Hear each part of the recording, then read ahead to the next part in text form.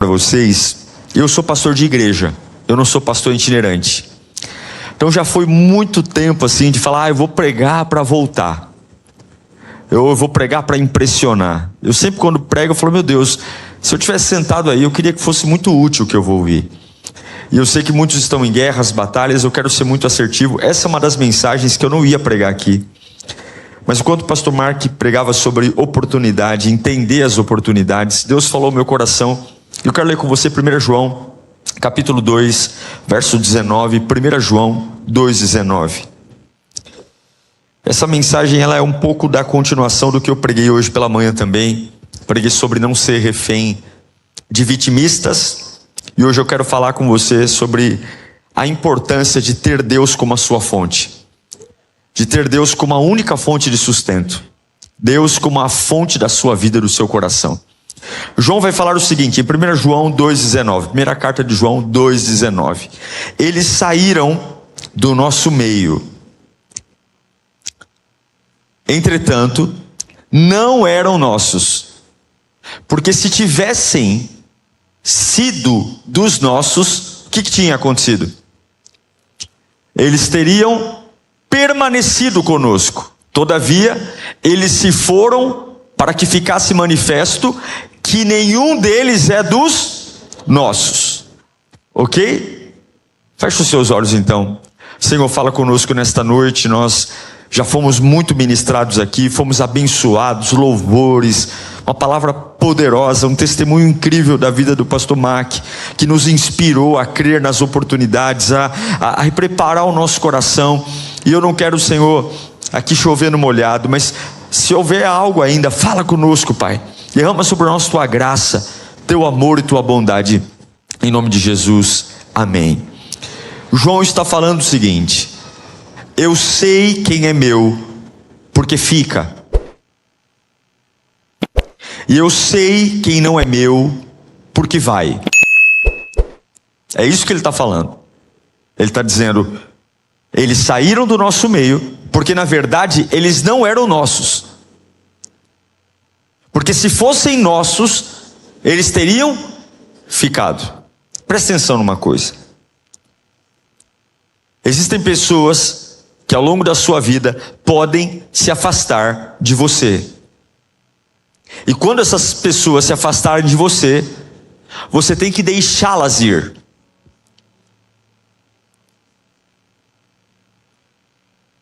Quando as pessoas se afastarem de você, você precisa aprender a deixá-las ir. Porque Deus não te fez para você ficar implorando para que alguém fique com você.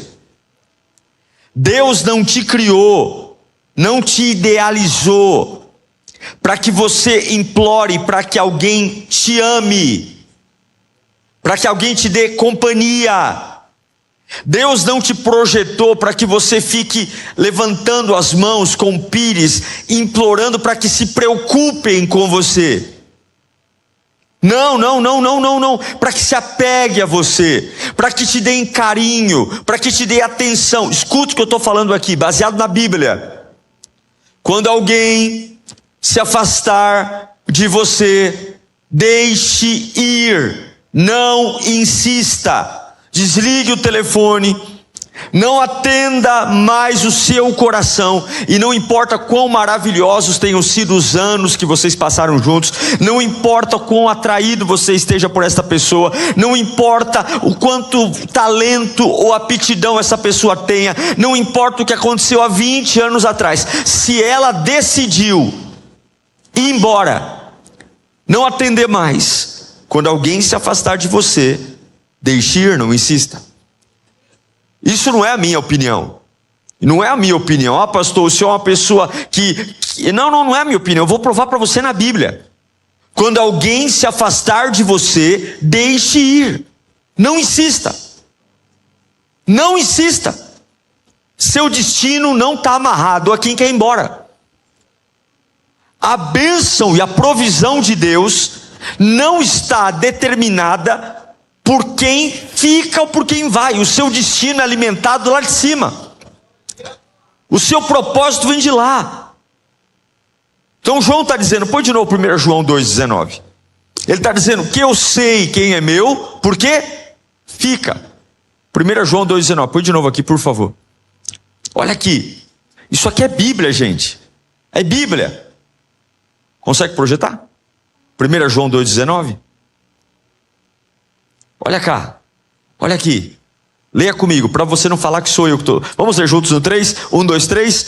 Eles saíram do nosso meio, entretanto, não eram dos nossos. Porque se tivessem sido dos nossos, teriam permanecido conosco. Todavia, eles se foram para que ficasse manifesto, para que ficasse claro que nenhum deles é dos nossos. Pessoas se deixam porque não estão mais ligadas a você. E algumas vezes, para manter alguém perto de mim que não quer estar, eu me torno uma pessoa horrível. Porque o preço que você paga para manter alguém que não quer estar do seu lado é se tornar uma pessoa artificial, pegajosa. Uma pessoa que vai anular seus princípios e seus valores para se tornar a pior pessoa que pode ter, que é alguém que vive pisando em ovos. Agora eu vou te falar uma coisa, por mais que você se esforce, se agrade alguém, negocie seus valores, se anule, você jamais vai conseguir fazer alguém ficar, se essa pessoa decidiu ir embora.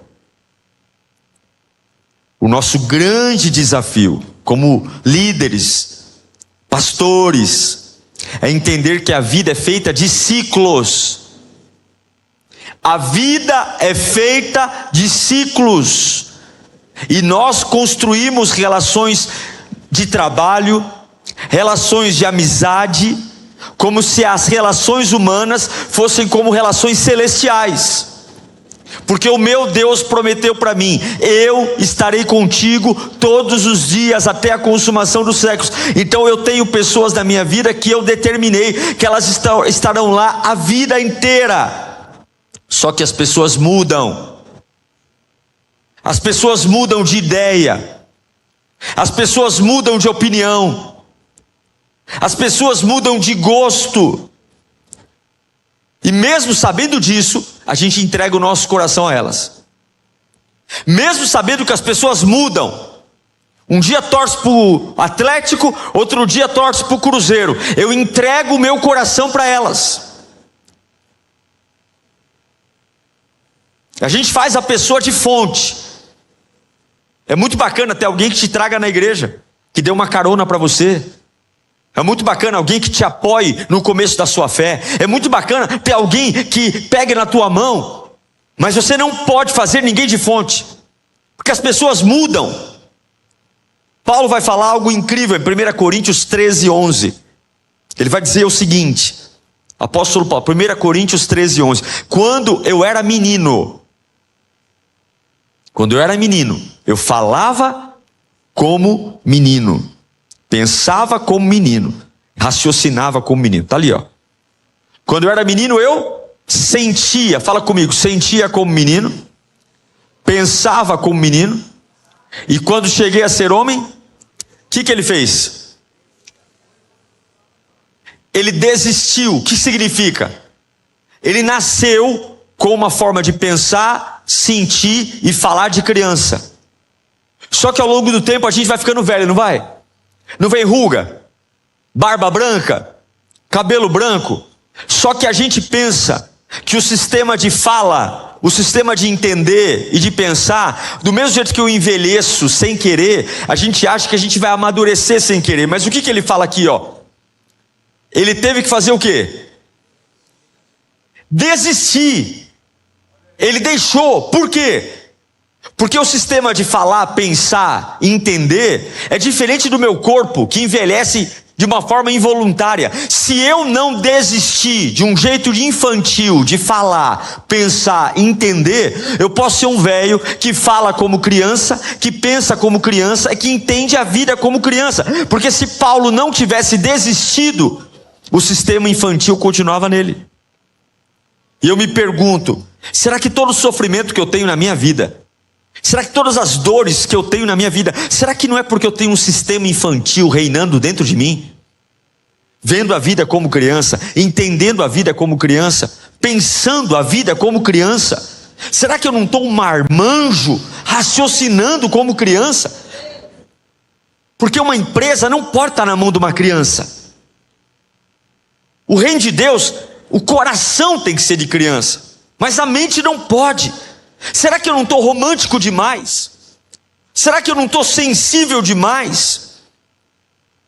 E eu vou te falar uma coisa: nem todo mundo que vai embora da tua vida é um vilão. Lá em São Paulo é assim, pastor não sabe perder ovelha, amaldiçoa. Não sei como é em Goiânia e como é aqui em Minas, mas lá é o seguinte: o camarada tem medo de perder a ovelha. Se você sair daqui, você não vai dar certo em lugar nenhum. Se você sair daqui, eu te amaldiçoo. O que é isso? É um refém? Liberdade é você poder dormir com a porta aberta, e você fala assim, tá na minha casa quem escolheu ficar. Quando o pai olha para o filho, na parábola de Lucas 15, do filho pródigo, o filho olha para o pai e fala: pai, eu quero ir embora. Não tem uma conversa, não tem um gabinete, não tem um momento onde o pai fala: o que você quer para ficar? O que você quer? O que eu posso fazer para te agradar? Você quer um quarto novo? Você quer que eu te dê um PlayStation? Você quer ir para a Disney? O filho olha para o pai e fala: eu quero minha parte da herança. O pai não contra-argumenta. O pai fala: tá aqui, pode ir. Porque um dos princípios do amor é o respeito. Nem todo mundo que está indo embora da tua vida está indo embora porque é um vilão. Você lembra de Noemi, Ruth e Orfa? Lembra disso? A Noemi vai com o marido dela, o Elimeleque, para Moabe, porque em Belém tem fome. Lá os 2 filhos dela se casam, e ela vive um período da sua vida lá. Só que acontecem tragédias. Os filhos morrem, o Elimeleque morre, e agora a Noemi está velha. Ela olha para as noras e fala: eu vou voltar para minha terra, vocês são moabitas, eu não consigo gerar filho. E ainda que gerasse filhos, até os meninos terem idade para se casar. Então faz o seguinte: fica aqui em Moabe, vocês são jovens, vocês se casam e vão viver a vida de vocês. A Orfa, põe para mim Ruth capítulo 1 verso 14. A Orfa olha para Noemi, para a sogra, ela chora, as duas choram bem alta. Ruth 1,14. Olha lá, então de novo choraram em alta voz. Só que o que aconteceu? A Orfa, com beijo, o que aconteceu? Se despediu, e a Ruth se apegou. Eu já vi gente pregando, dizendo que a Orfa é endemoniada, que a Orfa está cheia. Não, simplesmente o período da história da Orfa na vida da Noemi acabou. Então uma está dizendo: eu te amo, Noemi, mas eu vou ficar. E a Ruth vai dizer: não, eu vou, o teu povo será o meu povo, o teu Deus será o meu Deus. Não me peça para que te deixe, não me peça. Por quê? Por que isso? Uma fica e a outra vai. E a Bíblia diz que Noemi lá na frente vai voltar a sorrir. Orfa não era uma pessoa ruim. Significa que a parte dela na história de Noemi acabou. E você tem que saber quando parte de alguma pessoa na sua história também acaba. Tem amizades de faculdade que só duram na faculdade.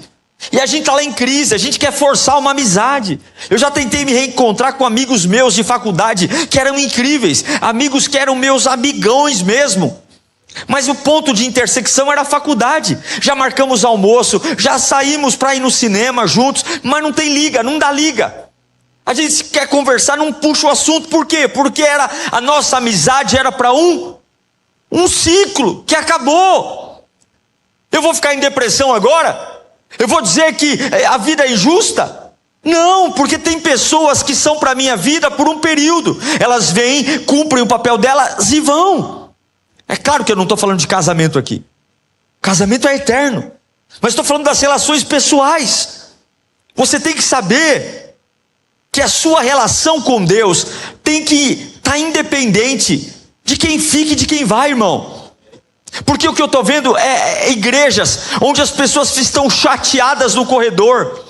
Chateadas. Pessoas que estão perdendo o fogo do Espírito Santo. Líderes que estão perdendo a paixão. Pessoas que estão fazendo reuniões doentes.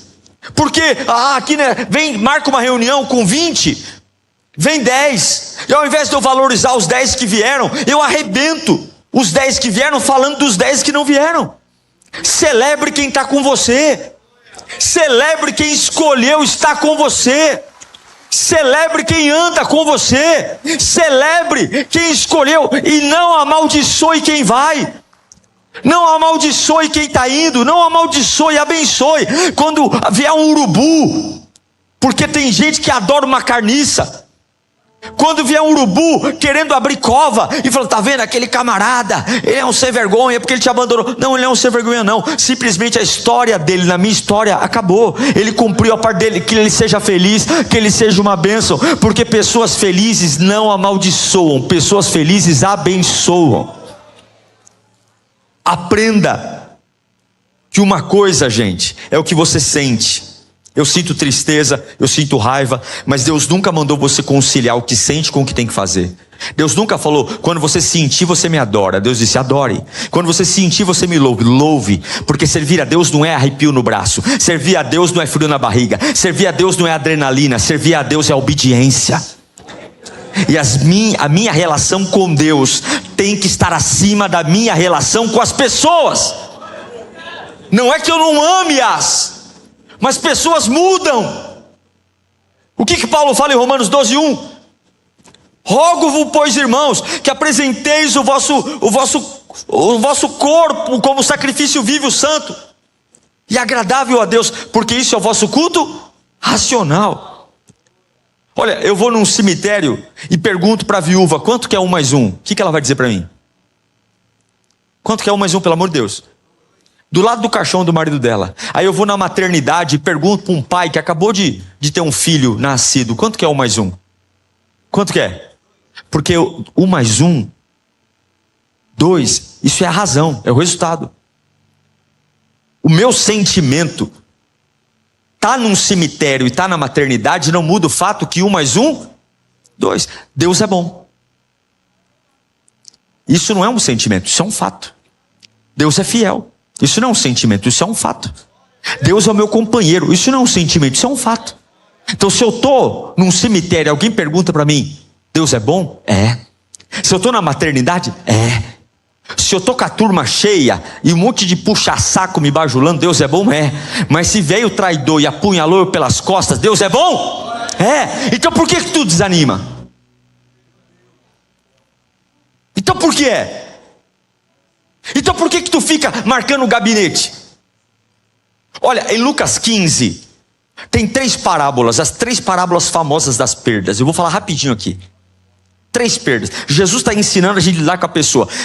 Parábola da ovelha perdida, sim ou não? Sim. Dracma perdida e filho perdido. Ovelha perdida, a gente canta, não canta essa música? Oh, impressionante, infinito, ousado amor de Deus.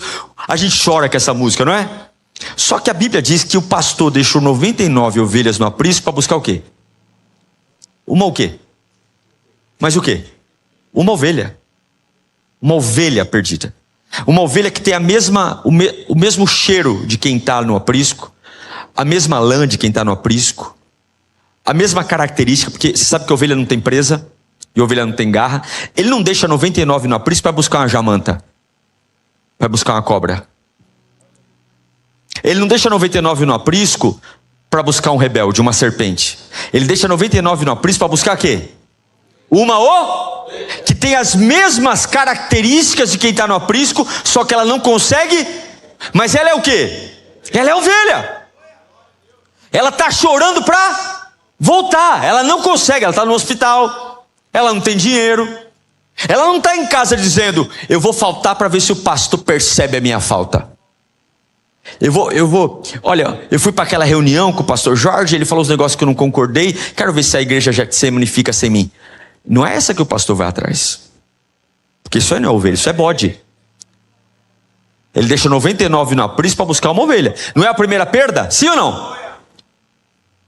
E aí a Bíblia diz que quando ele pega essa ovelha, ele traz ela para o aprisco e a festa. Aí ele conta a outra parábola do filho pródigo. O filho pródigo é o camarada que ele decidiu ir embora. O pai ama o filho? Sim ou não? O que o pai faz para o filho voltar para casa? Ele só está esperando no portão, na janela. Qual a atitude? Porque se você decidiu ir para o chiqueiro, ninguém é obrigado a entrar num chiqueiro por sua causa. Assim diz a parábola. O pai dizendo, eu te amo, mas se você foi macho para ir embora, seja macho para voltar. E quando que ele volta? Quando ele caiu em si. E qual é a outra parábola? Não é a dracma perdida? Há um poder no conjunto, não tem? Eu não vou na loja comprar um pé de sapato, eu compro o par. A mulher perdeu o conjunto, ou seja, ela era completa, e agora ela está se sentindo incompleta. O que ela faz? Ela marca gabinete? O que ela faz? A Bíblia diz que ela fecha a porta. Porque tem duas coisas que fazem você perder o prazer do Espírito Santo: pecado. Pecado. E poluição na sua cabeça, de pensamento. Ela arrasta os móveis. Quem está ajudando ela? Quem está ajudando? Ela está dentro da casa. Quem está ajudando ela? A Bíblia diz que ela está sozinha ali, varrendo, limpando. Ela acende a lâmpada, palavra. E aí quando ela acha o que perdeu, aí sim ela abre a porta e chama todo mundo para entrar. O que a gente faz? Está na igreja? Isso acontece muito. Não sei aqui em BH e em Goiânia, mas São Paulo tem. O camarada, ele perdeu o conjunto, ele fica na igreja: pastor, não sei o que está acontecendo, a igreja não é mais a mesma, a palavra perdeu poder. Aí o pastor, que é inseguro muitas vezes, põe no gabinete uma pessoa que perdeu a sua dracma, e ele começa a falar: será que eu estou pregando bem mesmo? Será que realmente o louvor está bom? Será que a igreja é poderosa mesmo? Quando na verdade o camarada perdeu o conjunto por pecado dele, e ele quer transferir a responsabilidade. Jesus está dizendo: se você perdeu a dracma, se vira nos 30, bonitão. Não vai encher o saco de ninguém. Fecha a porta da tua casa e vai varrer, porque tira o pecado que você volta a receber o Espírito Santo. Volta a acender a lâmpada, que você volta a cair no mistério, virar foguetinho de Deus. Sabe qual é o problema? A gente trata filho pródigo como ovelha perdida. A gente trata a ovelha perdida como dracma perdida. E vira um rebosteio. Nós precisamos aprender a ter uma cabeça mais racional. Escuta aqui. Eu amo pessoas, mas ao longo da minha vida eu já fui traído. Eu me lembro uma vez, eu tinha um ministério de louvor, eu era novo, pastor novo. Pastor novo é besta. Eu era muito besta. Chegou uma família inteira, pastor Jorge, pastor Mac, músicos, e eu falei, eu era tecladista, mas um tecladista bem meia boca. Chegou lá, e aí vamos tocar, e eu olhando para o talento deles, não para o coração. Opa, Deus mandou vocês para cá, toque, o púlpito é de vocês. E tocavam muito. Só que tudo que você não combina antes, você vai pagar um preço depois. Eu aprendi, eu ensinei o sim, não ensinei o não. Quando eu fui falar não, batata, não, nós não vamos aceitar. E eles achavam o quê? Que eles me tinham nas mãos. Que é assim, nós somos o louvor da igreja. Foi aí que nasceu o meu livro Deixe Ir, Não Insista.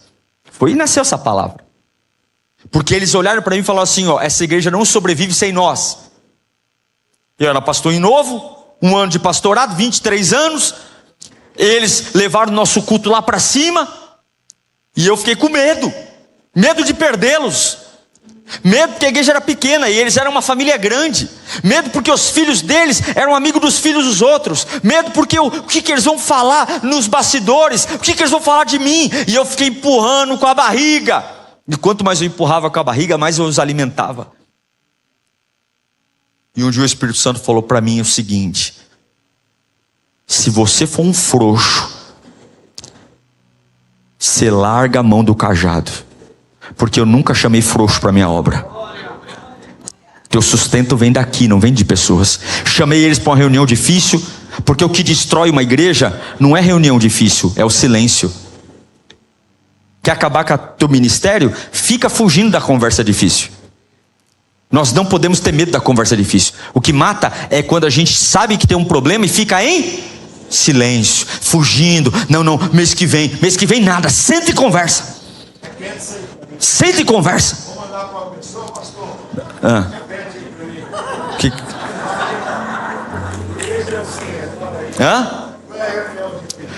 O que quebra uma igreja não é conversa difícil. O que quebra uma igreja é o silêncio. é quando você empurra com a barriga aquilo que você deveria sentar e pôr o dedo na ferida, mas fica ignorando, fingindo que nada está acontecendo, para manter a aparência. Todo mundo se beijando no culto e se arrebentando nos bastidores.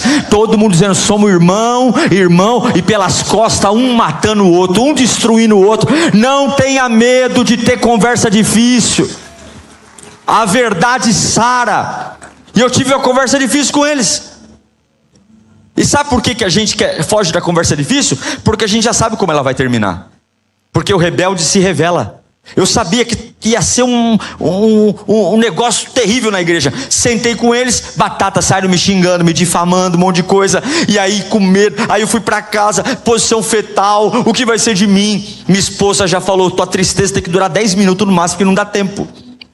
Tem uma mulher que tem a coragem de falar a verdade para você. Voltei para o teclado, minha esposa canta, foi a coisa mais linda do mundo. Perdemos o ministério de louvor inteiro e ganhamos paz.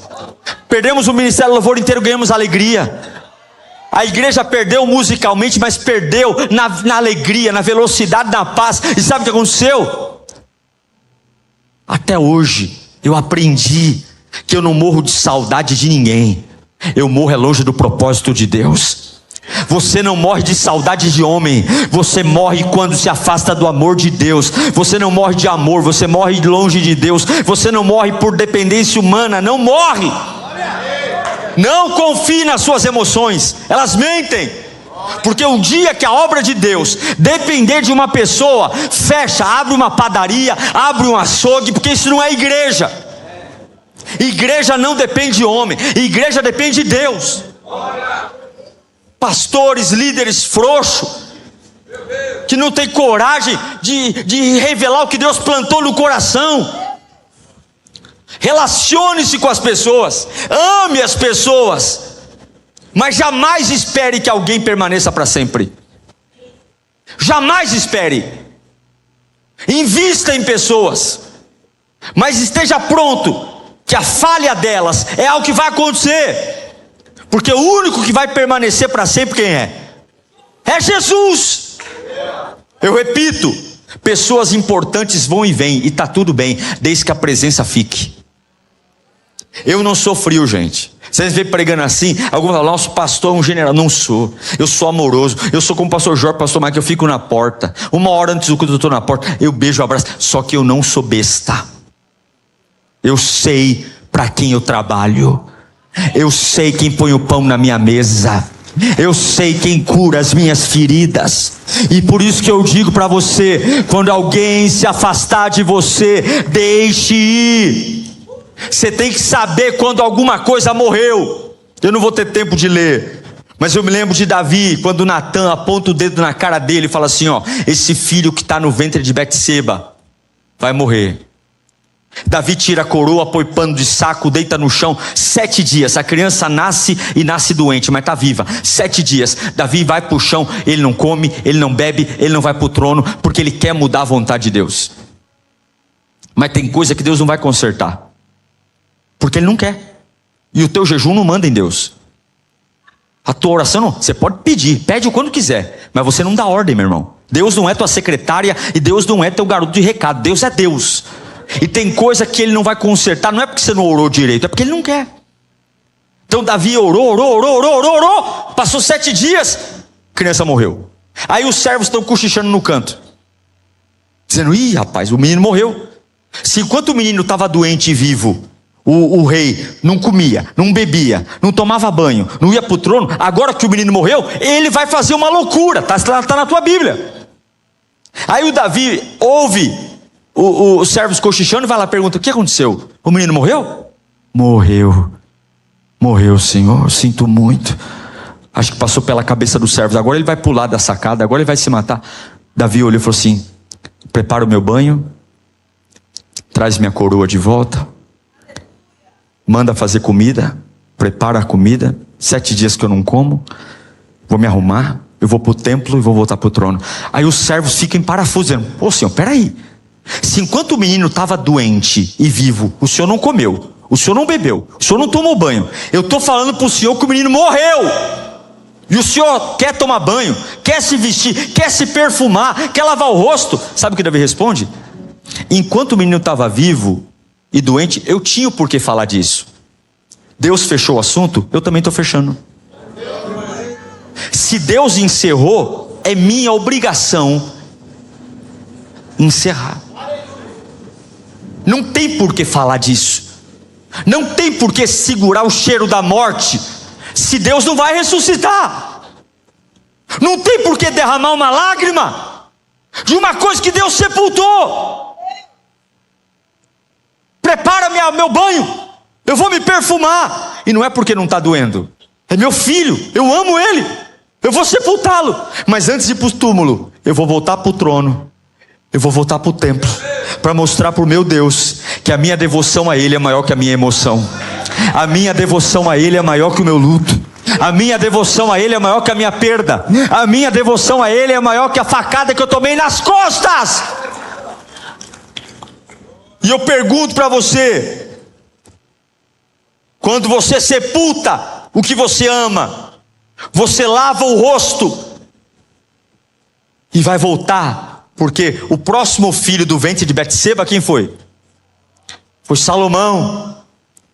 Deus não negou a bênção, Deus só falou: sepulta esse. Será que não é hora de você lavar o rosto e voltar a tentar? Deus não impediu de Davi ter mais filhos, e Deus não amaldiçoou o ventre de Betseba. Lá veio Salomão, e foi exatamente de Salomão que veio a herança do trono. Deus não está te amaldiçoando, Deus está dizendo: esse capítulo eu não quero mais. E você tem que saber quando acabou. Você tem que saber. Você tem que saber. Como é difícil, gente. Mas o tempo é precioso. E eu quero te dizer que nada acontece por acaso. Olha, se você não tem muito noção, ai pastor, foi um acidente. Olha, se você não tem explicação, coloca uma coisa na sua alma: não existem acasos. Aceita como vontade de Deus. Mas volta, lava o rosto, passa perfume, se arruma. Eu quero que você pense, estou encerrando, em todas as fases difíceis da sua vida. Eu já fui traído, eu fico tentando imaginar o pastor Jorge. Quantos anos de pastorado, pastor? Quantas punhaladas esse homem já deve ter tomado nas costas? Quantas? Mas por que a gente não sobe para o altar feliz? Porque a fonte não para de jorrar. A fonte não para de jorrar.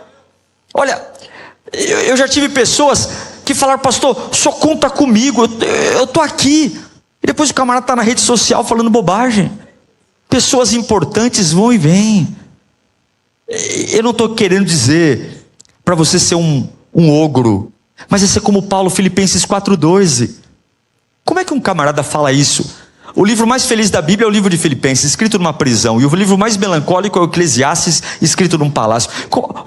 Olha o que Paulo fala em Filipenses 4,12, por favor. Olha aqui.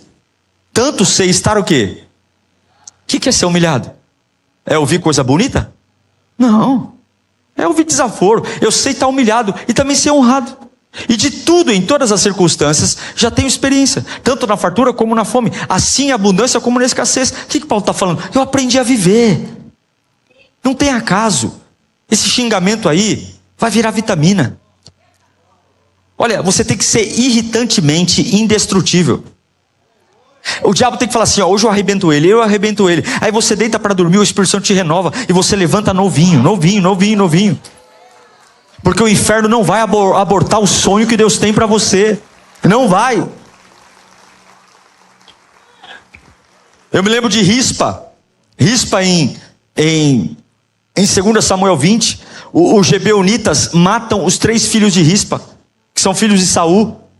A Rispa, ela não quer sepultar o filho, pastor. 3 meses, ela deita o corpo dos filhos na pedra, os meninos apodrecendo. 3 meses, você morreu hoje, daqui 2 horas tu está fedendo. Você imagina 3 meses. Essa mulher enxotando urubu, corvo. Ela estava implementando um sistema de morte. dando continuidade àquilo que tinha que acabar. E hoje, Deus me trouxe de São Paulo para cá, para dizer que o céu está te dando uma ordem. Acabe com os sistemas de morte. Acabe.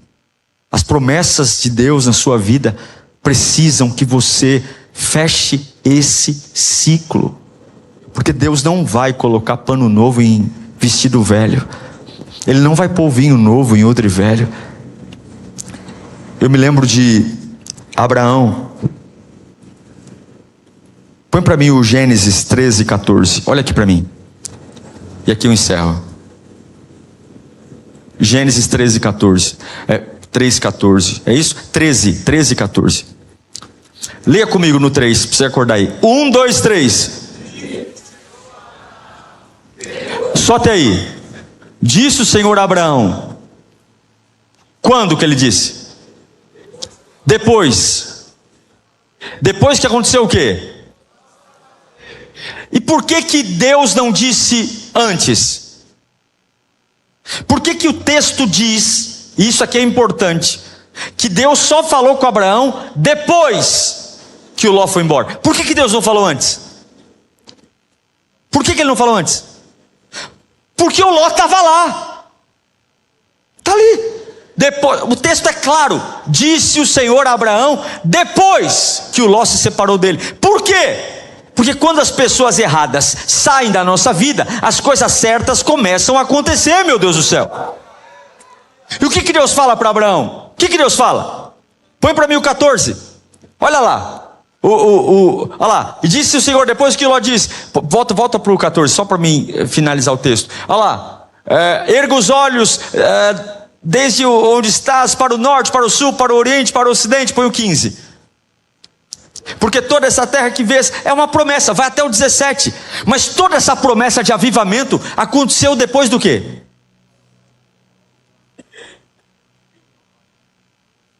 Quantos Lós tem na sua vida? Olha, tem gente, eu vou dizer da minha experiência, eu tive 2 amigos que começaram comigo. 2 amigos. Até hoje, viu, pastor? Não sei se aconteceu com você e com o Mac isso. Eu estava contando para ele. Tem 2 amigos que começaram comigo. Eram meus amigos mesmo. Fiéis escudeiros. Só que eles não aguentavam o ritmo. Porque quando Deus dá um sonho para o sonhador vai. Mas tem gente que não entende o que Deus colocou na nossa vida. E ao longo do tempo, eu tinha que fazer uma escolha. Uma em duas. Ou eu me desacelerava para eles me acompanharem, ou eu tinha que deixá-los para trás. Não porque eu não os amava, mas porque eles não conseguiam acompanhar. E durante muito tempo eu os carregava. E como é que eu os carregava? Eu ficava animando eles. Olha, você é uma bênção, você é importante. Mas chegou uma época que eu não tinha tempo para ficar energizando eles. Ou eles tinham que andar por si mesmos, ou eu tinha que sabotar o que Deus tinha para mim. O que eu fiz? Eu fui. Até hoje eles me culpam. Eles acham que eu abandonei eles. Eles falam que eu não os amava. Mas eu percebi que eles seriam Lós na minha vida. Porque se eu tivesse que carregá-los, e eles não corressem, talvez eu não estaria aqui hoje. Eu sei que isso é um pouco difícil, porque nós brasileiros somos muito românticos, melancólicos. A gente gosta muito de bolo e guaraná. Mas o mais importante não é o bolo e guaraná. Em Gênesis 11, quando Deus foi parar a Torre de Babel, e Deus falou, eu tenho que parar esse projeto, porque senão eles vão construir essa torre. Deus não tocou na comunhão. A gente ora tanto para a comunhão, não é? Deus falou assim, ninguém vai poder impedir parar o que eles querem fazer. Eles são um só povo e falam a mesma língua. O que eles quiserem, eles conseguem. Eles são poderosos, porque eles falam a mesma língua e são um só povo. E quando Deus quis parar o projeto, Deus não tocou na unidade, Deus tocou na comunicação. Eles continuaram querendo a mesma coisa, eles continuaram pensando a mesma coisa, só que um falava xananana, outro falava hananana. Porque se não tem a mesma linguagem, você pode querer a mesma coisa, você não chega a lugar nenhum.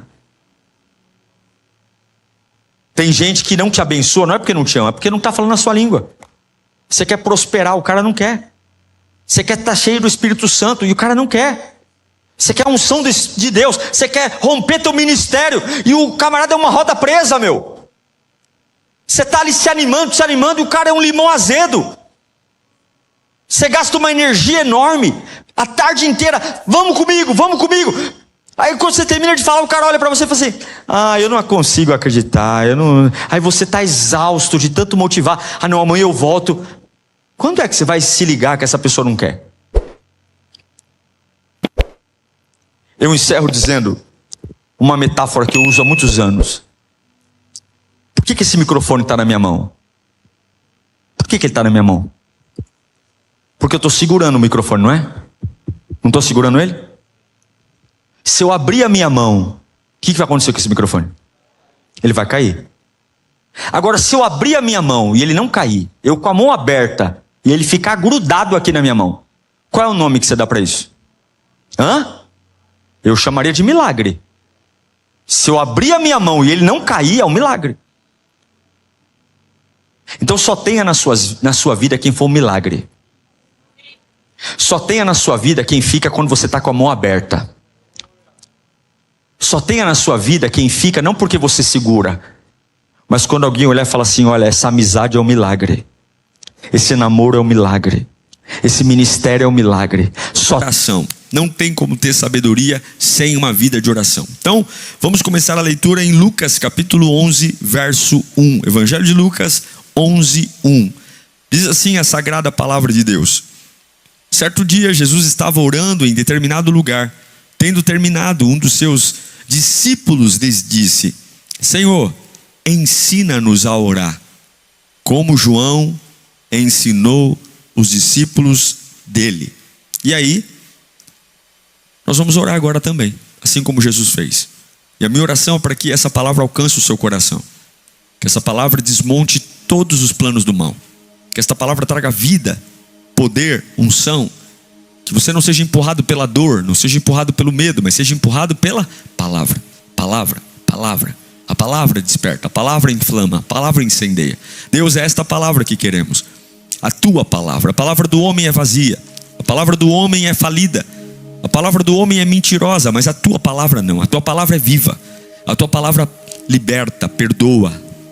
A tua palavra lava. A tua palavra restaura. A tua palavra dá direção. A tua palavra limpa como nunca, e nunca fomos limpos antes. A tua palavra nos dá ânimo. A tua palavra, ela seca as nossas lágrimas de dor e traz lágrimas de gratidão. É isso que queremos. Fala conosco no dia de hoje. Incendeia-nos para viver milagres. Incendeia-nos para viver a tua provisão. Fala conosco, porque os teus servos ouvem. É o nosso desejo. Amém. E graças a Deus. Lucas 11:1 diz que Jesus estava orando. E a Bíblia diz que logo depois que ele terminou de orar, os discípulos viram Jesus orar. E um dos discípulos olhou para ele e disse, Senhor, ensina-nos a orar. Eles viram Jesus orar. Eu acho lindo isso. Eles olham e dizem, ensina-nos também. Eu tenho visto muitos cultos públicos hoje. Deus tem dado o privilégio para nós aqui na Lídio termos cultos sempre lotados. Tenho a oportunidade de pregar em algumas igrejas ao longo do Brasil e ver auditórios lotados, ambientes repletos, crentes famintos, mas famintos pela experiência, a experiência do culto. Porque convenhamos, a experiência do culto é forte. É muito difícil você vir num culto e não sentir, não arrepiar. É muito difícil você vir num culto e não ver a sua alma pegando fogo naqueles momentos que o pastor prega, que a música toca em você, aquele momento de oração. Mas a verdade é que a maioria de nós tem sido movido pela fome da experiência. Gente querendo fogo sobrenatural. Gente querendo uma experiência única com Deus. Mas deixa eu te perguntar algo. Quando é que esse desejo vai virar uma realidade? Quando é que de verdade eu vou ter um desejo efetivo por uma vida com Deus se eu não oro? Como? Como que vou viver uma vida espiritual robusta se não oro? Como vou viver uma vida profética se não oro? Como vou viver a palavra se cumprir nos meus dias se não oro? O ambiente é importante. A igreja, ela desperta um desejo. Mas ambiente não sustenta incêndio. Ambientes não sustentam avivamentos. Ambientes não sustentam vida espiritual. Não sustentam. Eles inflamam, mas não sustentam. Se o Salvador ora, se o Salvador orou, se aquele que nunca pecou, nunca falhou, orou, como que eu, pecador, me mantenho calado, gente? Se aquele que é perfeito em tudo que faz, orou, como que eu, movido de sentimentos, de fraquezas, como que eu me mantenho calado? Como? Não estou falando sobre gritar no culto. Não estou falando sobre dar gritos aqui dentro. Estou falando sobre oração. Jesus orava sempre. Constantemente ele orava. Ele orou no batismo, em Lucas capítulo 3, verso 21.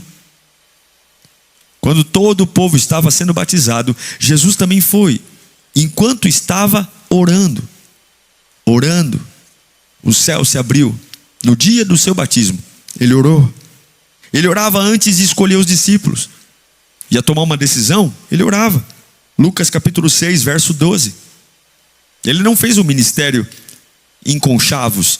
Ele não foi escolher pessoas por política. E um daqueles dias, Jesus saiu para o monte a fim de orar e passou a noite orando a Deus. Foi assim que ele construiu o ministério dele, orando. No monte da transfiguração, onde seu rosto é transfigurado, em Lucas capítulo 9, verso 28 e 29, mais uma vez, aproximadamente 8 dias depois de fazer essas coisas, Jesus tomou Pedro, João e Tiago e subiu ao monte para orar. Enquanto orava, a aparência do seu rosto se transformou. Enquanto orava, as suas roupas ficaram brancas e resplandecentes. Mas não foram só em dias maravilhosos que ele orou. Ele também orou no Getsemane. Você conhece esse texto, Lucas 22, 41 e 42.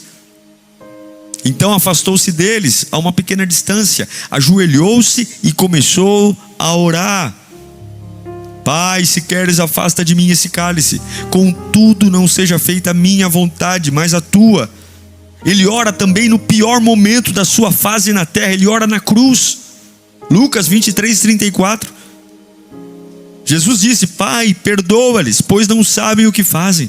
Então dividiram as roupas dele, lançando sortes.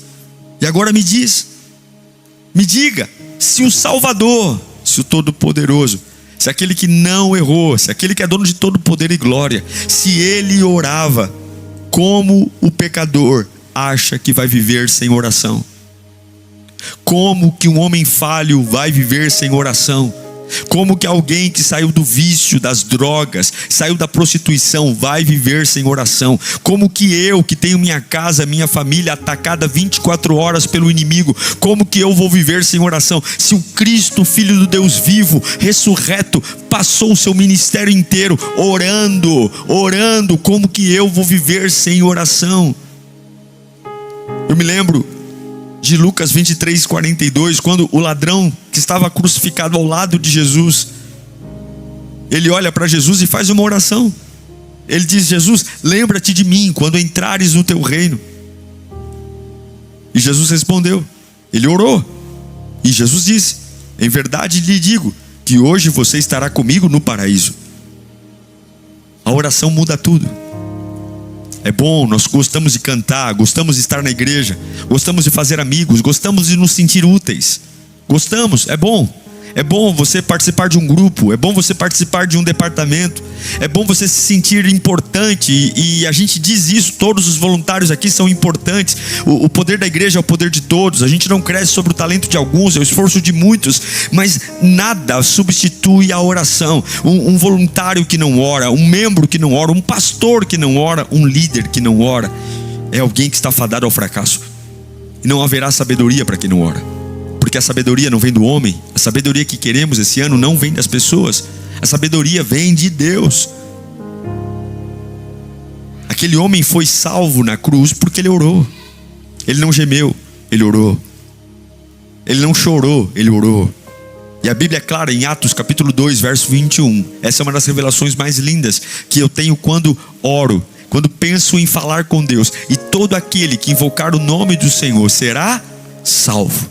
E todo aquele que invocar, não importa o buraco que você se enfiou, e todo aquele que invocar o nome do Senhor será salvo. E todo aquele que chamá-lo será salvo. E todo aquele, pode ser na UTI, pode ser num quarto escuro, pode ser debaixo da cama, pode ser no pior momento da sua vida. E todo aquele que invocar. Aqui não fala sobre classe social, aqui não fala sobre dinheiro, aqui não fala se você é de esquerda, se você é de direita, aqui não fala se você tem talento, se você não tem talento, se você se acha uma pessoa pós-graduada, cheia de diplomas, ou se você é analfabeto. A Bíblia diz que todo aquele que invocar o nome do Senhor. Pensa nessa salvação. Você está se afogando, você está a poucos minutos de sucumbir, a água que está te drenando para baixo, os seus pulmões já estão quase cheios d'água, a força física está indo embora, mas a Bíblia diz que todo aquele que invocar o Senhor será salvo. Há uma mão que descerá, uma mão que descerá e resgatará você daí. Há uma mão que descerá e tirará você daí. Há uma mão que descerá e tirará você da angústia, da dor, do medo. Há uma mão que restaurará você. Pecador que não ora, morre. Crente que não ora, seca. Pecador que não ora, morre. Crente que não ora, seca. Seca por dentro, seca na adoração, seca na fé, seca na alegria. A oração é como um regador, que depois de dias de sol, a terra está seca, as raízes estão secas, as folhas estão caindo. Só tem algo que pode salvar a planta.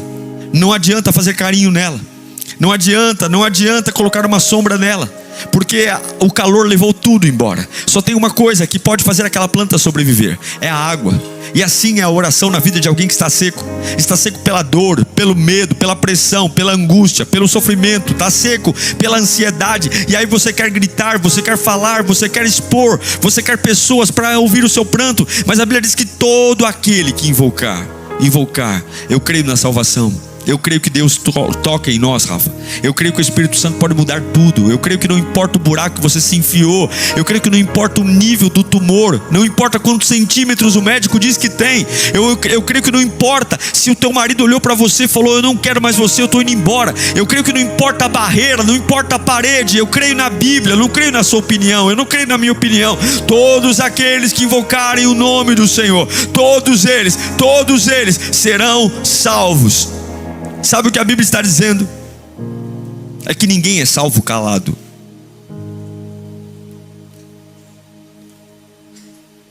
Se eu invoco, eu sou salvo. Ninguém nasce de novo mudo. Ninguém entra no céu sem abrir a boca.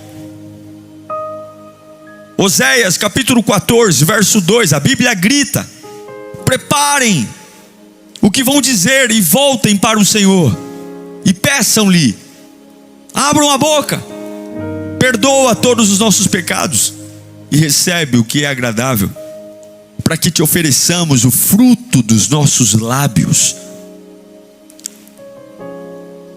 Oséias diz: voltem-se para o Senhor, digam para Ele o que está acontecendo.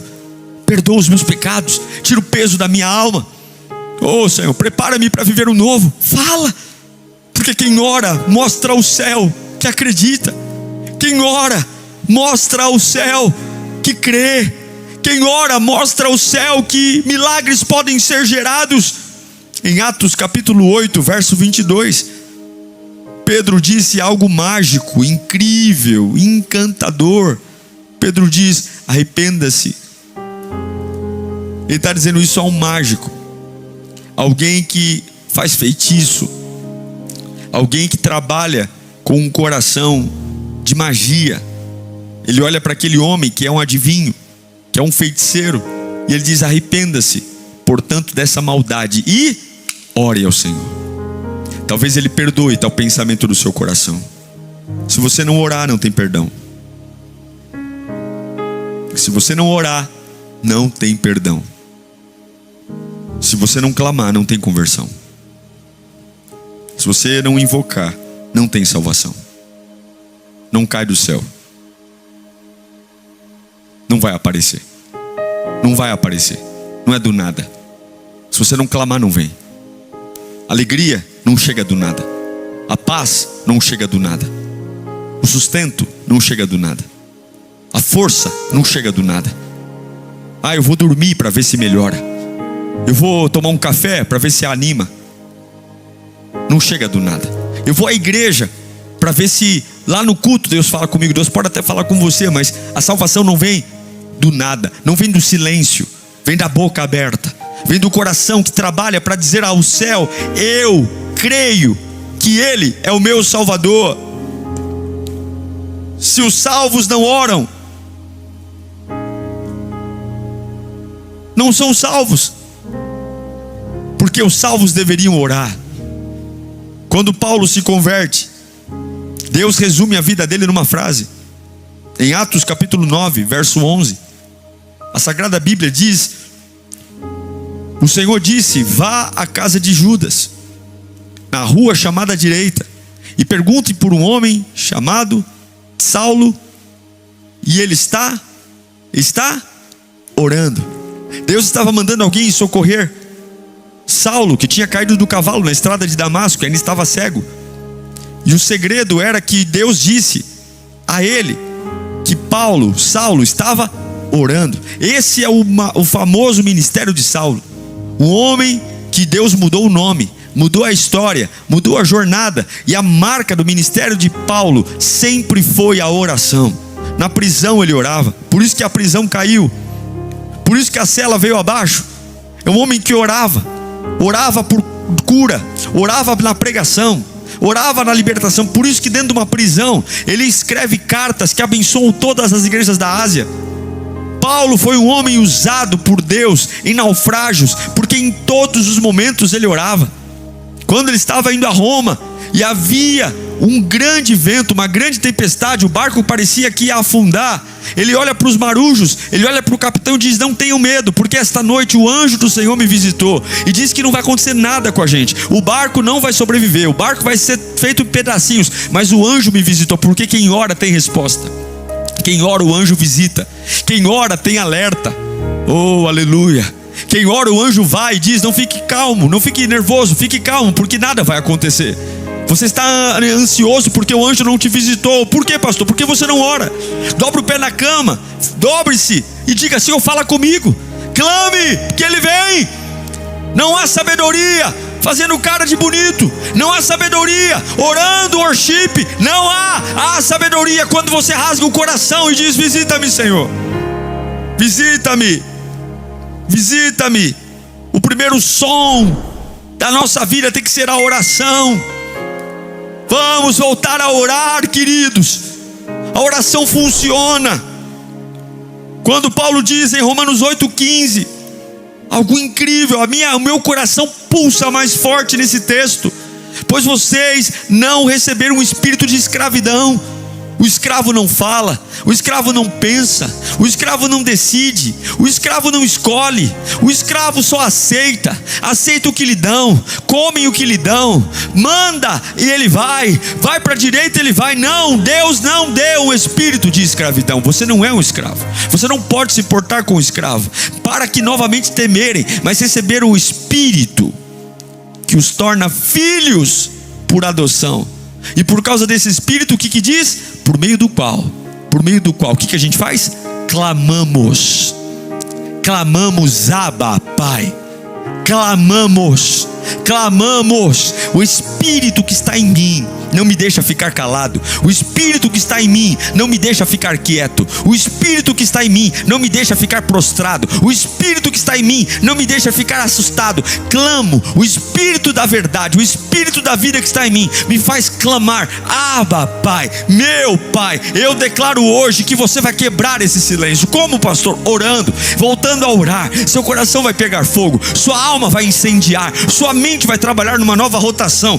Eu declaro: filho que não fala com o pai não é filho, mas o Espírito do Filho, recebido pelo Espírito Santo, ele clama. Ele pode estar no meio de uma UTI, ele pode estar no meio de um acidente de trabalho, ele pode estar num acidente de carro, ele pode estar no meio de um dia de perseguição, mas se ele clamar: Abba, Pai, Abba, Pai, porque você é livre. Podem amarrar suas mãos, podem amarrar seus pés, podem prender você financeiramente, mas não podem calar seu espírito. Ninguém pode prender o espírito de alguém que é livre na presença de Deus. Ninguém pode prender o espírito de alguém que confia no Senhor. E é esse Deus que eu estou pregando nesse primeiro domingo do ano. Um Deus que vai trazer a você a liberdade.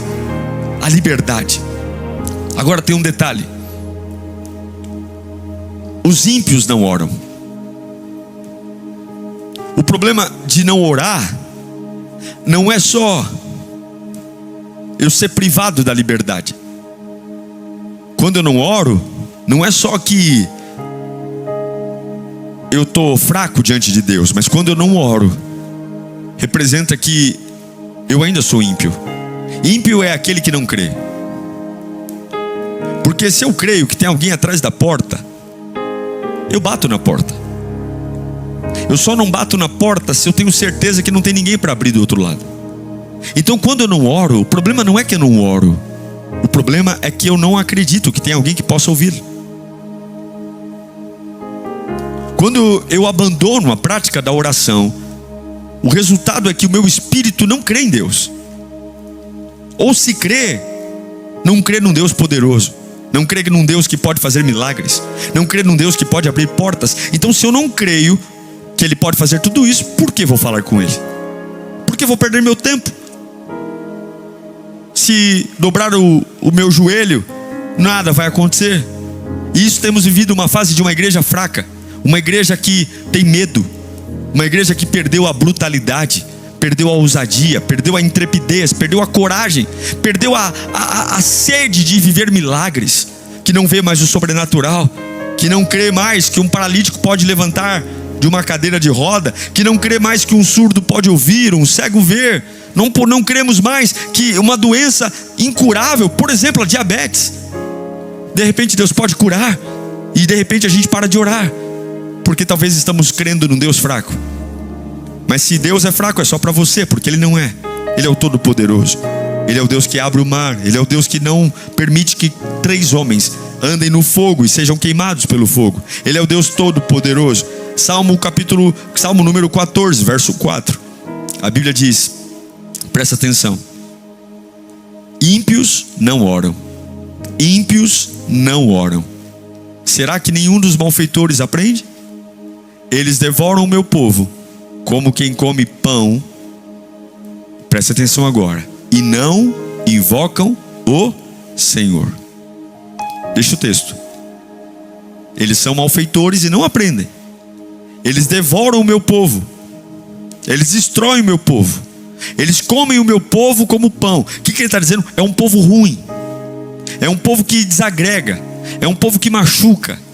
É um povo que faz mal. É um povo que quer destruir a obra. E qual é a marca? Além de comer o povo de Deus como come pão, eles não invocam o Senhor. Eles não oram. Sabe por que você está ruim? Sabe por que você virou um bicho ruim? Uma pessoa mal. Uma pessoa que pensa mal de todo mundo. Uma pessoa que está mais preocupada com a opinião de alguém porque você parou de orar. Parou de invocar o nome do Senhor. Porque o tempo que você gasta cuidando da vida dos outros, preocupado em se defender de um, se defender do outro, se tu orasse, se tu clamasse, se tu invocasse o nome do Senhor, você seria alguém tomado pela glória de Deus. Se você não clama, você não é de Deus. Não. Se você não ora, você não é de Deus. Não, você não é. Jesus orava publicamente e Jesus orava em secreto. Em Mateus 6,6, ele ensina o poder da oração em secreto. A oração reservada, a oração que ninguém precisa ver. Ninguém precisa ver. Mas quando você orar, vá para o quarto, feche a porta e ore ao seu pai que está em secreto. E então o seu pai que vê em secreto recompensará. Mas ele também fala da oração pública. Tem dias que a gente não precisa falar com ninguém, sabe? A gente fecha a porta do quarto e chora, desabafa, abre o coração. Não é pecado ser gente. A gente diz para ele o nosso medo, a gente diz para ele a nossa dor. A gente abre o coração e fala para ele tudo o que está acontecendo, o que a gente não aguenta, e está tudo bem, ele é o meu pai. Mas tem orações que são públicas. Em 1 Timóteo, capítulo 2, verso 8, Paulo vai dizer a Timóteo: quero, pois, que os homens orem em todo lugar. E como? Levantando mãos santas, sem ira e discussões. Existem vários lugares para orar, várias formas. Você pode escolher orar em secreto.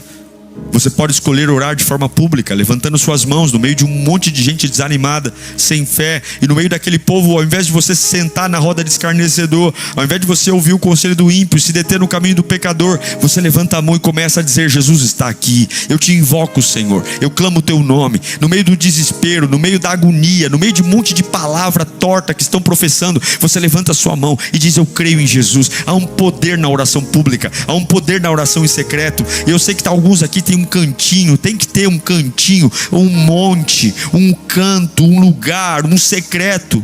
Qual é o seu lugar? Qual é o lugar que você ora? Pode ser no carro, pode ser no carro, pode ser no banho. Deus não está preocupado como. Deus está preocupado que você faça, que você recupere a oração, que você ouça a sua voz orando, falando com Ele, contando tudo para Ele. Que você tenha respeito pela oração, que seja uma prática diária, que ao acordar você fale com Ele, que ao almoçar você fale com Ele, que ao jantar você fale com Ele. Coloca o celular para despertar. Quando a gente tem uma reunião, temos um exame, a gente agenda. Não deixa a memória não, você não vai lembrar. É muita coisa, é muita gente, é filho, é marido, é escola, é trabalho, é vestibular. Coloca no bloco do celular, coloca no despertador do celular. Ao momento da oração, vai para um canto, fecha o olho. Quando você orar, tenha respeito. E quando você vê alguém orando, não interrompa. Porque quem ora tem uma audiência com o Rei dos Reis, e quem está em audiência não pode ser interrompido. Eu amo quando Jesus ensina.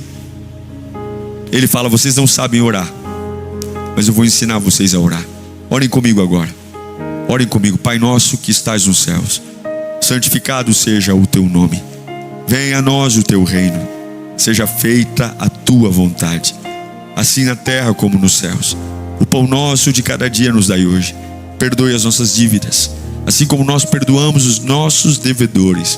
Não nos deixeis cair em tentação, mas livra-nos do mal, porque teu é o reino, o poder e a glória para sempre. Amém. Esse é o modelo. Esse é o modelo, a oração.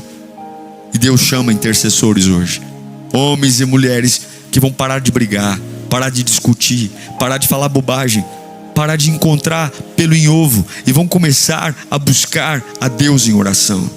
A oração que vê o milagre, a oração que traz o poder. E a pergunta é: a quem enviarei? A quem há de ir por nós? Essa é a pergunta que foi feita a Isaías. Quem é que vai pagar o preço da oração? Quem é que vai pagar o preço de ser uma tocha? Porque para estragar já tem um monte de gente, para destruir já tem um monte de demônio, para enfraquecer já tem aquele que enche o saco mas não clama, enche o saco mas não ora. É um peso, porque quem ora nunca é peso na vida de ninguém. Quem ora não é peso na vida da família. Quem ora não é peso na vida dos filhos. Quem ora não é peso. Quem ora cura. Quem ora tem resposta.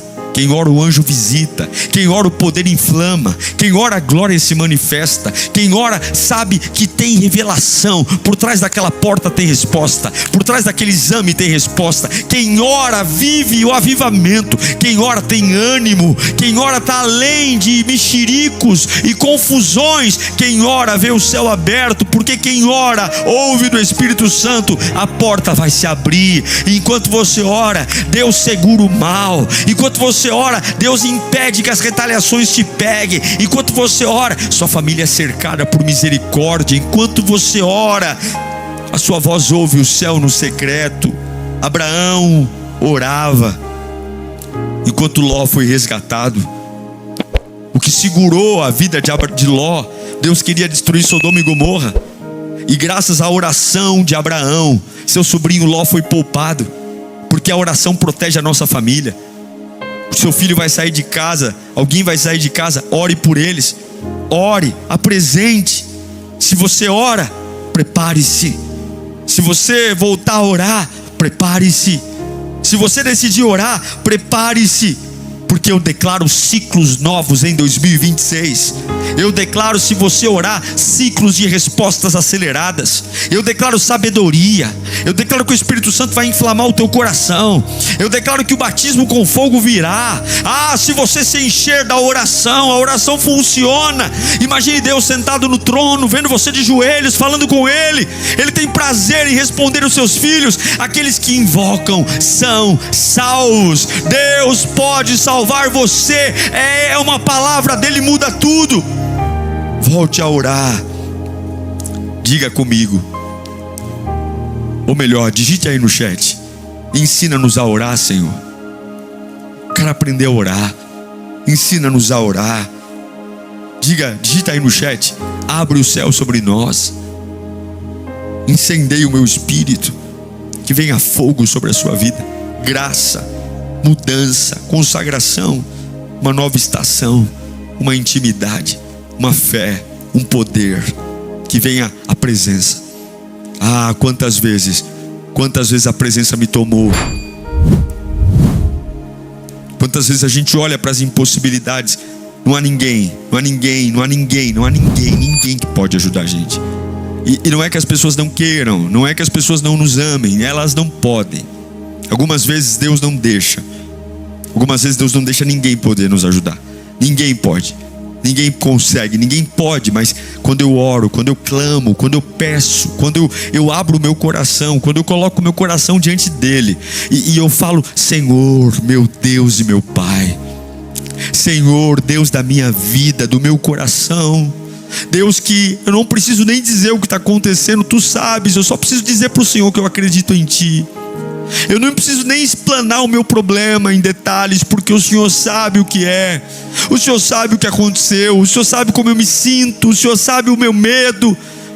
E a oração não precisa ser detalhada. A oração doída, ela só precisa ser certeira. É dizer: eu creio em Ti. Eu sei que Tu estás me sondando. Quantas e quantas vezes, só de deitar na presença de Deus em lágrimas, as nossas lágrimas começam a falar com Ele. Se Ele, o Todo-Poderoso, orou, eu que sou um pecador, como posso sobreviver sem oração? Como posso criar meus filhos sem oração? Como posso manter meu casamento vivo sem oração? Como posso me manter um crente tomado de glória sem oração? Como posso frutificar sem oração? Como que o meu ministério vai crescer sem oração? Como vou envergonhar Satanás sem oração? Como que vou crescer profissionalmente sem oração? Mas eu não tenho força. Mas tem força para reclamar, tem força para murmurar, tem força para xingar, tem força para falar palavrão. Ore! Se nós não resgatarmos o poder da oração, nada vai acontecer. Podemos ter dinheiro, podemos ter influência, podemos ter acesso a homens poderosos, podemos ter recursos, mas se não orarmos, o céu fechará. Nesse primeiro domingo de 2026, eu quero orar com você. Eu vou me ajoelhar. E se você pudesse ajoelhar onde você estiver, faça isso agora.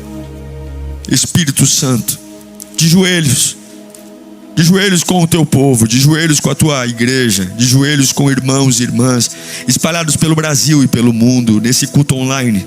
Nós nos humilhamos e pedimos perdão ao Senhor pelos nossos pecados. Pedimos perdão ao Senhor pela nossa falha. Pedimos perdão ao Senhor pelas vezes que negligenciamos a oração.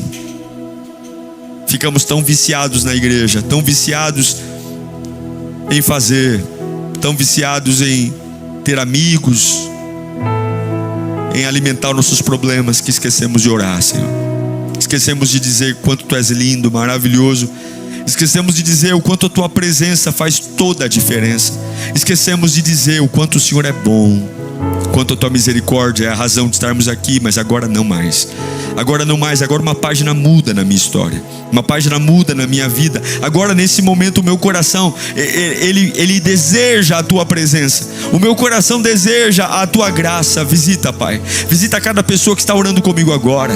Nós nos arrependemos desse primeiro domingo e pedimos: inflama-nos, Senhor, inflama-nos. A oração tem que ter uma constância. Eu vou orar e ver o céu se abrir. Eu vou orar e ver milagres acontecendo. Eu vou orar e ver o sobrenatural acontecendo. Eu vou orar e ver a minha casa sendo tomada de uma unção nunca antes vista. Eu vou orar e ver o sobrenatural trazendo milagres. Eu vou orar e ver doenças sumindo do meu corpo. Eu vou orar e vou ver minha família sendo restaurada. Eu vou orar e vou ver a alegria de estar na Tua presença, voltar o desejo, o primeiro amor, a vontade de falar em línguas, a vontade de sair correndo e dizer: estou indo para a igreja, estou indo para a casa de Deus. A vontade de abrir a Bíblia e lê-la, não como um livro mágico, não como um livro de horóscopo, não como uma caixinha de promessa, mas como a Tua boca, a boca de Deus, que quando fala muda tudo, transforma tudo.